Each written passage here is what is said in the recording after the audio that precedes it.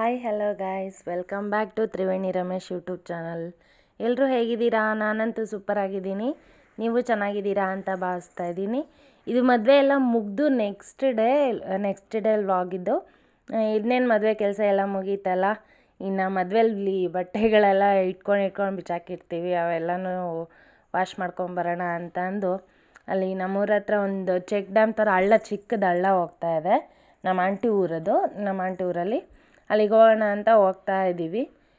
ಇಲ್ಲಿ ನಮ್ಮ ಆಂಟಿ ಬಟ್ಟೆ ಉಜ್ಜೋ ಬ್ರಷ್ನ ಇವರು ಪಕ್ಕದ ಮನೆ ಆಂಟಿ ಕೊಟ್ಟಿದ್ರಂತೆ.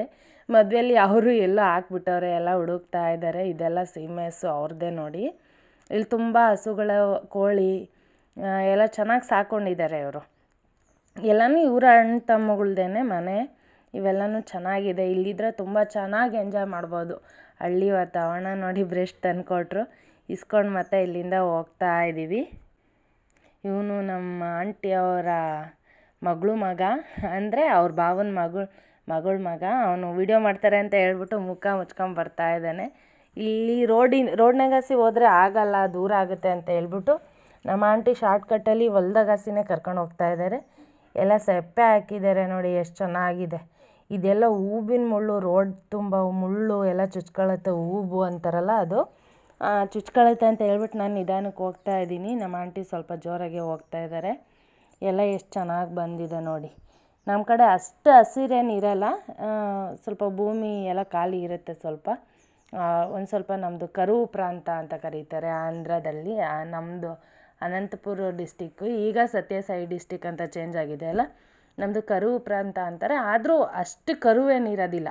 ಬೋರೆಲ್ಲ ಹಾಕ್ಸಿದ್ರೆ ನೀರೆಲ್ಲ ಬೀಳುತ್ತೆ, ಮಳೆ ಬೆಳೆ ಎಲ್ಲ ಚೆನ್ನಾಗಾಗುತ್ತೆ. ಸ್ವಲ್ಪ ಗ್ರೀನರಿ ಇರುತ್ತೆ, ಬಟ್ ಅಷ್ಟು ಇಲ್ಲದೆ ಏನಿರೋದಿಲ್ಲ. ಚೆನ್ನಾಗಿ ಹಸಿರಾಗಿ ಇರುತ್ತೆ. ನಾನು ನಮ್ಮ ಆಂಟಿ ಹೋಗ್ತಾ ಇದ್ದೀವಿ ಬಟ್ಟೆ ವಾಶ್ ಮಾಡ್ಕೊಬರೋಣ ಅಂತ. ತುಂಬಾ ಎಲ್ಲ ಬಿಚ್ಚಿ ಹಾಕ್ಬಿಟ್ಟಿದ್ರು. ಮದುವೆ ಮನೆಯವರೆಲ್ಲ ಅಲ್ಲೇ ವಾಶ್ ಮಾಡ್ತಾಯಿದ್ರು.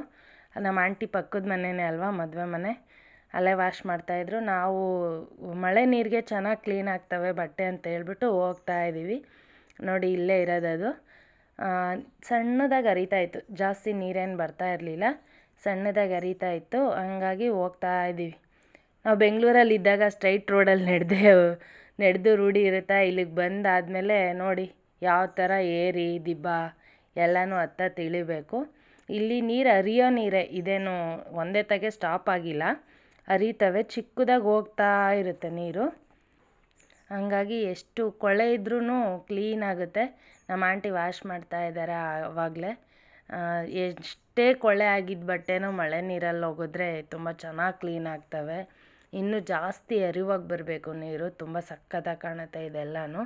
ನೆಕ್ಸ್ಟ್ ವ್ಲಾಗಲ್ಲಿ ನಾನು ಶೇರ್ ಮಾಡ್ಕೋತೀನಿ. ತುಂಬ ಜಾಸ್ತಿ ಮಳೆ ಬಂದಾಗ ಜಾಸ್ತಿ ನೀರು ಹರಿಯೋ ನೀರಲ್ಲಿ ವಾಶ್ ಮಾಡೋಕ್ಕೆಲ್ಲ ಬರ್ತಾರಲ್ಲ, ಆವಾಗ ಜಾಸ್ತಿ ಜನ ಬಂದಿರ್ತಾರೆ.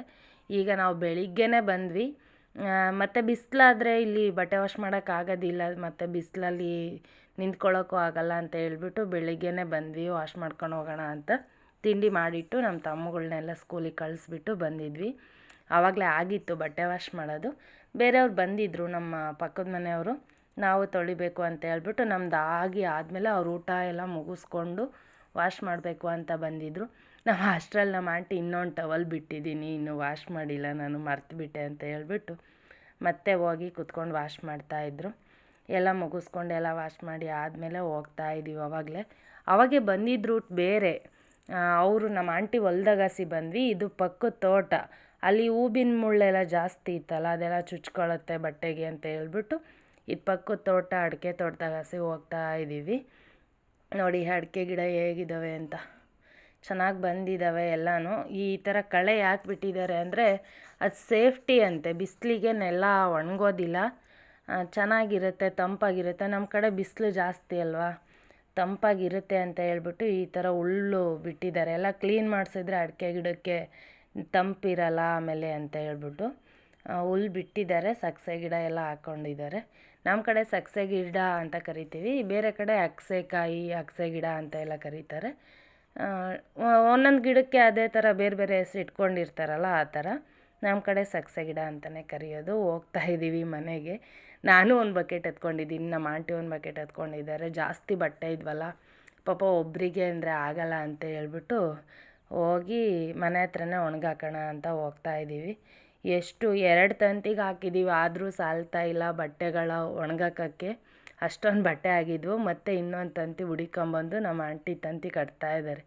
ನೋಡಿ ಎಷ್ಟು ಹಾಕಿದ್ದೀವಿ, ಎಲ್ಲಿಂದ ಎಲ್ಲಿಗೆ ಹಾಕಿದ್ರೂ ತಂತಿನೇ ಸಾಕಾಗ್ತಿಲ್ಲ, ಅಷ್ಟು ಬಟ್ಟೆ ಬಿಚ್ಚಾಕಿದ್ದಾರೆ. ಮದುವೆ ಸೀಸನ್ನು ಅಂತ ಹೇಳ್ಬಿಟ್ಟು ಮದುವೆಯಲ್ಲಿ ಬಟ್ಟೆ ವಾಶ್ ಮಾಡೋಕ್ಕಾಗಿರಲಿಲ್ಲ. ನಮ್ಮ ಹಳ್ಳಿ ಕಡೆ ಮಿಷನ್ ಎಲ್ಲ ಏನು ಇರೋದಿಲ್ಲ, ಕೈಯಲ್ಲೇ ವಾಶ್ ಮಾಡೋದು. ಮಿಷನ್ ಎಲ್ಲ ತೊಗೋಬೇಕು, ಆದರೆ ಸ್ವಲ್ಪ ಲೇಟು. ಮನೆ ಕಟ್ತಾ ಇದ್ದಾರಲ್ಲ ಆಂಟಿ, ಸಿಂಟೆಕ್ಸ್ ಎಲ್ಲ ಏನು ಕೂರಿಸಿಲ್ಲ. ಜಾಸ್ತಿ ಯಾರೂ ಮಿಷನ್ ತಂದು ಇಟ್ಕೊಳ್ಳಲ್ಲ ಮೋಸ್ಟ್ಲಿ ಇಲ್ಲಿ ಊರಲ್ಲಿ. ಯಾರೊಬ್ಬರು ಎಲ್ಲ ಫೆಸಿಲಿಟಿ ಇರೋರು ತಂದು ಇಟ್ಕೋತಾರೆ. ಅಲ್ಲಿಂದ ಮುಗಿಸ್ಕೊಂಡು ಬಟ್ಟೆ ಎಲ್ಲ ವಾಶ್ ಮಾಡಿ ಆದಮೇಲೆ ಅಮ್ಮ ಅವ್ರ ಊರಿಗೆ ಬಂದ್ವಿ. ನಾನು ನಮ್ಮ ಆಂಟಿ ಹತ್ರನೇ, ಸ್ವಲ್ಪ ವಾಕಬಲ್ ಡಿಸ್ಟೆನ್ಸ್ ಆದ್ರೂ ಗಾಡೀಲೇ ಬಂದ್ವಿ. ಅಲ್ಲಿ ಮದುವೆಲಿ ಉಳಿದಿರೋ ಬಾಳೆಹಣ್ಣೆಲ್ಲ ಜಾಸ್ತಿ ಇದ್ವಲ್ಲ, ಹಾಗಾಗಿ ನಮ್ಮಮ್ಮ ಪಂಚಾಮೃತ ಮಾಡು ಅಂತ ಹೇಳಿದ್ರೆ ನಾವು ಇನ್ನೊಂದೇನೋ ಮಾಡಾಕಿದ್ದೀವಿ. ಪಂಚಾಮೃತ ಮಾಡೋಕ್ಕೋಗಿ ಅದು ತುಪ್ಪ ಜಾಸ್ತಿ ಹಾಕಿ ಯೆಲ್ಲೋ ಕಲರ್ ಕಿಚಡಿ ಆಗೋಗ್ಬಿಟ್ಟೈತೆ. ಅದ್ರದ್ದು ಕತೆ ನಮ್ಮ ಆಂಟಿ ಹೇಳ್ತಾ ಇತ್ತು ನೋಡಿ. ಅವ್ರು ಚೆನ್ನಾಗ್ಕೊಂಡ್ರಂತ ನಾನ್ ಚೆನ್ನಾಗ್ಕೊಂಡಂತ ಅಯ್ಯಮ್ಮ ಏನ್ ಚೆನ್ನಾಗ್ಕೊಂಡಂತ ಗೀತಾ ಕೈ ಇನ್ನ ಓಟಾಟ ಹೊಯ್ಕೊಂತಿದ್ವಿ ಯಾವ ಸಿಕ್ಕಿರೋದು. ನಾನೇನ್ ಮಾಡ್ಬಿಟ್ಟೆ, ತುಪ್ಪ ಹೋದ್ರೆ ಬೈಯೋದು, ಒಟ್ಟು ತಿಂತಾಳೆ ನೆಗಡಿ ಆಗ್ತೈತೆ ಹಂಗೆ ಹಿಂಗೆ ಅಂತ ಬೈಯೋದು. ನೀನಾದ್ರೂ ಹೊಯ್ಕೊಂಡಿದ್ದೆಲ್ಲ ಅಂದ್ರೆ ಒಂದು ರಾಸನ್ ತುಪ್ಪ ತಂದು ಸಿಟ್ಟು ಬಂದು ಮಾಮ ಒಯ್ಯಿ ಮಾಮ ಬಂದಿತ್ತು, ಒಯ್ಯಿ ಅಂತಂದಂತು.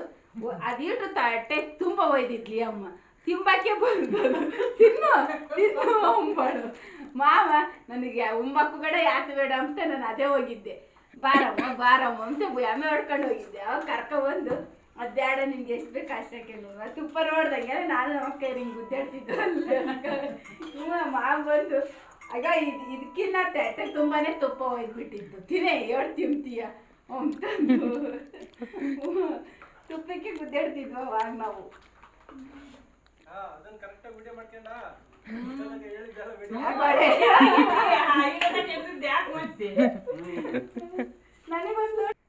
ತುಪ್ಪದು ಚೈಲ್ಡು ಸ್ಟೋರಿ ಹೇಳ್ತಾ ಇತ್ತು ನಮ್ಮ ಆಂಟಿ. ನಮ್ಮಮ್ಮ ನಮ್ಮ ಆಂಟಿಂದ್ರು ಎಲ್ಲ ಜಗಳ ಮಾಡ್ತಿದ್ರು ಅಂತ ಹೇಳ್ಬಿಟ್ಟು ಸ್ಟೋರಿ ಹೇಳ್ತಾ ಇದ್ರು. ಆಗ ನಮ್ಮ ಅಪ್ಪನೂ ನಮ್ಮಮ್ಮ ಅವ್ರ ಮಾವ ಅಲ್ಲ, ಆಗ ಊರಿಗೆ ಹೋದಾಗ ಅವರು ಈ ಥರ ಎಲ್ಲ ಸಮಾಧಾನ ಮಾಡಿ ಊಟ ಮಾಡ್ಬಾ, ನಿಂಗೆ ಎಷ್ಟು ಬೇಕೋ ಅಷ್ಟು ಹಾಕೊಂಡು ತಿನ್ನು ಅಂತ ಹೇಳ್ಬಿಟ್ಟು ನಮ್ಮಪ್ಪ ಹೇಳ್ತಿದ್ರು. ತುಪ್ಪ ಹಾಕ್ಕೊಂಡಂಗೆಲ್ಲ ಅದೇ ನನಗೆ ನೆನಪಾಗುತ್ತೆ. ಆಗೆಲ್ಲ ಜಗಳ ಮಾಡ್ತಿದ್ವಲ್ಲ ನಮ್ಮ ಅಕ್ಕಂದ್ರೆ ಎಲ್ಲ ಸೇರಿಬಿಟ್ಟು ಅಂತ ಹೇಳಿ ನಮ್ಮ ಆಂಟಿ ಸ್ಟೋರಿ ಹೇಳ್ತಾಯಿದ್ರು. ಇನ್ನು ನಾವು ಎಲ್ಲ ಮುಗೀತು. ನಮ್ಮ ಮನೆಯವ್ರಿಗೂ ನನಗೂ 15 ದಿನದಿಂದ ಕೆಮ್ಮು ನೆಗಡಿ ಮೇಲಾಗಿರಲಿಲ್ಲ, ಜ್ವರ ಎಲ್ಲನೂ. ಅದಕ್ಕೆ ದೇವಸ್ಥಾನಕ್ಕೆ ಹೋಗ್ಬರೋಣ ಅಂತ ಹೇಳ್ಬಿಟ್ಟು ಹೋಗ್ತಾಯಿದ್ದೀವಿ. ದೇವಸ್ಥಾನ ಅಂದರೆ ನಮ್ಮೂರ ಪಕ್ಕದಲ್ಲಿ ಗೌಡ್ನಕುಂಟೆ ಅಂತ ಐತೆ, ಅಲ್ಲಿ ಕುಕ್ಲಮ್ಮನ ದೇವಸ್ಥಾನ ಅಂತ ಐತೆ. ಕೆಮ್ಮು ಬಂದರೆ ಅಲ್ಲಿಗೆ ಹೋಗಿ ಸ್ನಾನ ಮಾಡ್ಕೊಂಡು ಅಲ್ಲಿ ಪೂಜೆ ಮಾಡಿಸ್ಕೊಂಬರ್ತೀವಿ. ಇದು ಗೌಡ್ನಕುಂಟೆ ಕೆರೆ, ಹನುಮಂತರಾಯನ ದೇವಸ್ಥಾನ, ಇದು ಆಂಜನೇಯ ಸ್ವಾಮಿ ದೇವಸ್ಥಾನ. ಇಲ್ಲಿ ಕೆರೆ ತುಂಬಿದ್ರೂ ಗುಡಿವರೆಗೂ ನೀರು ಬರ್ತವೆ. ಇದು ಫೇಮಸ್. ಮದುವೆಗಳು ಎಲ್ಲ ಮಾಡ್ತಾಯಿದ್ರು ಮುಂಚೆ, ಈಗಲೂ ಮಾಡ್ತಾರೆ, ಬಟ್ ಅವಾಗಿನಷ್ಟು ಮಾಡಲ್ಲ. ಎಲ್ಲ ಚೌಟ್ರಿಗಳಲ್ಲಿ ಮಾಡ್ತಾರಲ್ಲ, ಈಗ ಕಡಿಮೆ ಆಗಿದೆ. ಇಲ್ಲಿ ಸಖತ್ತಾಗಿರ್ತಿತ್ತು ಮದುವೆ ಏನೇ ಮಾಡಿದ್ರು. ಇನ್ನು ಗೌಡ್ನಕುಂಟೆಗೆ ಎಂಟ್ರಿ ಆದ್ವಿ. ಹೋಗ್ಬಿಟ್ಟು ದೇವಸ್ಥಾನಕ್ಕೆ ಹೋಗಿ, ಇದು ಕುಕ್ಲಮ್ಮನ ದೇವಸ್ಥಾನ ನೋಡಿ. ನಾನು ಇದು ಜಾತ್ರೆ ಆದಾಗ ಬಂದಿದ್ದು ಈ ದೇವಸ್ಥಾನಕ್ಕೆ. ಅಂದರೆ ವಿಗ್ರಹ ಪ್ರತಿಷ್ಠಾಪನೆ ಮಾಡಿಬಿಟ್ಟು ಆವಾಗ ದೊಡ್ಡ ಜಾತ್ರೆ ಮಾಡಿದರು, ಆವಾಗ ಬಂದಿದ್ದೆ. ಮತ್ತು ನೋಡಿ ದೇವ್ರು ಯಾವ್ಯಾವ್ದು ಇದ್ರಲ್ಲಿ ಹೋಗಬೇಕು ಅಂತ ಇರುತ್ತೆ ಅದರಲ್ಲೇ ಬರೋದು. ಹುಷಾರಿಲ್ಲ ಅಂದಿದ್ರೆ ನಾನು ಬರ್ತಿದ್ನೋ ಇಲ್ಲೋ ಗೊತ್ತಿಲ್ಲ. ಹುಷಾರಿಲ್ಲದೆ ಇರೋದ್ರಿಂದ ಅಮ್ಮನ ನೆನೆಸ್ಕೋತೀವಿ, ನೆನೆಸ್ಕೊಳ್ಳಲ್ಲ ಅಂತೇನಿಲ್ಲ. ಅಂದರೆ ಯಾರೇ ಆಗಲಿ ಒಂದು ಹುಷಾರಿಲ್ಲ, ಏನಾದರೂ ಕಷ್ಟ ಬಂತು ಅಂದಾಗೆ ಅಲ್ವಾ ಅಮ್ಮನವ್ರನ್ನ ನೆನೆಸ್ಕೊಳ್ಳೋದು. ಹಾಗಾಗಿ ಬಂದು ಪೂಜೆ ಮಾಡಿಸ್ಕೊಂಡು ಮತ್ತೆ ಊರಿಗೆ ಹೋಗ್ತಾಯಿದ್ವಿ. ಇಲ್ಲಿ ನಮ್ಮ ಮನೆಯವರ ಊರಲ್ಲಿ ಪಕ್ಕದ ಮನೆ ಹುಡುಗ ಸಿಕ್ಕಿದ್ದ, ತಮ್ಮ ಆಗಬೇಕು ನಮ್ಮ ಮನೆಯವ್ರಿಗೆ. ಅವನು ಅಮರಾಪುರದಲ್ಲ ಒಂದು ಅಂಗಡಿ ಇಟ್ಟಿದ್ದ. ಇದೇ ನಮ್ಮ ಅಂಗಡಿ, ನೋಡಿ ಬನ್ನಿ ತೋರಿಸಿ, ನನ್ನ ವೀಡಿಯೋದಲ್ಲಿ ಅಪ್ಲೋಡ್ ಮಾಡು ಅಂತ ಹೇಳ್ದ. ಹಾಗಾಗಿ ಅವನದು ಒಂದು ಕ್ಲಿಪ್ ತಗೊಂಡು ಹೋಗ್ತಾಯಿದ್ವಿ. ಬಂದ್ವಿ ಊರಿಗೆ. ಇದು ಮಾರನೇ ದಿನ. ನಮ್ಮ ಮನೆಯವರು ಇನ್ನೇನು ಮದುವೆ ಮುಗೀತಲ್ವ, ತುಂಬ ದಿನ ಆಯಿತು ಬಂದು ಹೋಗೋಣ ಇನ್ನು ಬೆಂಗಳೂರಿಗೆ ಅಂತ ಹೇಳ್ಬಿಟ್ಟು ರೆಡಿ ಆಗ್ತಾಯಿದ್ದಾರೆ. ಗಾಡಿ ಎಲ್ಲ ತೊಳಿತಾಯಿದ್ರು. ಊರಿಗೆ ಬಂದರೆ ಸಾಕು ನಮ್ಮ ಮನೆಯವ್ರು ಸಿಕ್ಕಾಪಟ್ಟೆ ಕ್ಲೀನು ಗಾಡಿ ತೊಳೆಯೋದ್ರಲ್ಲಿ. ಅಂದರೆ ಅಲ್ಲಿ ಬಕೆಟಲ್ಲಿ ನೀರು ತೊಗೊಂಡು ತೊಳಿತೀವಿ, ಇಲ್ಲಾದರೆ ಮೋಟ್ರ್ ಹಾಕ್ಬಿಟ್ಟು ಫೋರ್ಸಾಗಿ ಬಿಡ್ತಾರೆ ಅಲ್ವಾ. ಹಾಗಾಗಿ ಇನ್ನೇನು ನಮ್ಮ ಮನೆಯವರು ಬೆಂಗಳೂರಿಗೆ ಹೋದರು.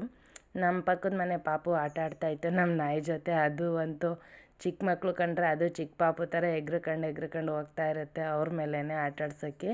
ನಮ್ಮ ಮನೆಯವರು ಹೋದರು. ನಾವು ಇನ್ನೇನು ಮಾಡೋದು ಅಂತ ಹೇಳ್ಬಿಟ್ಟು ಮನೇಲಿ ಕೂತಿದ್ವಿ. ಅವ್ರನ್ನ ಕಳಿಸಿ ನನಗೂ ಬೇಜಾರಾಯಿತು. ಫಸ್ಟ್ ಟೈಮ್ ನಾನು ಒಬ್ಬಳೇ ಇಲ್ಲೇ ಇರೋದು. ಮದುವೆ ಆಗಿ ಸ್ಟಾರ್ಟಿಂಗಲ್ಲಿ ಒಬ್ಬಳೇ ಇದ್ದೆ, ಆಮೇಲೇನಿರಲಿಲ್ಲ.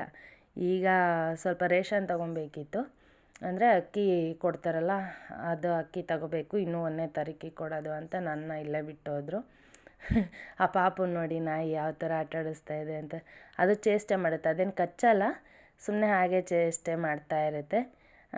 ಓಕೆ ಫ್ರೆಂಡ್ಸ್, ಇದಾಗಿತ್ತು ಇವತ್ತಿನ ವಿಡಿಯೋ. ನಿಮಗೇನಾದರೂ ಇಷ್ಟ ಆಗಿದರೆ ನಮ್ಮ ಹಳ್ಳಿ ಕಡೆ ಯಾವ ಥರ ಇರ್ತೀವಿ ಅನ್ನೋ ವಿಡಿಯೋ ಇದು.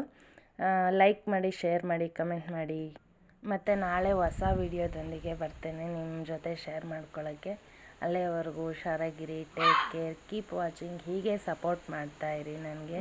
ನಿಮ್ಮ ಸಪೋರ್ಟ್ ಸದಾ ಹೀಗೆ ಇರಲಿ ಅಂತ ಭಾವಿಸ್ತೀನಿ. ನಾನು ಯಾವುದ್ರಲ್ಲಾದರೂ ಮುಂದುವರಿಬೇಕು ಅನ್ನೋದು ಒಂದು ಆಸೆ ಅಷ್ಟೇ. Keep watching. ಬಾಯ್.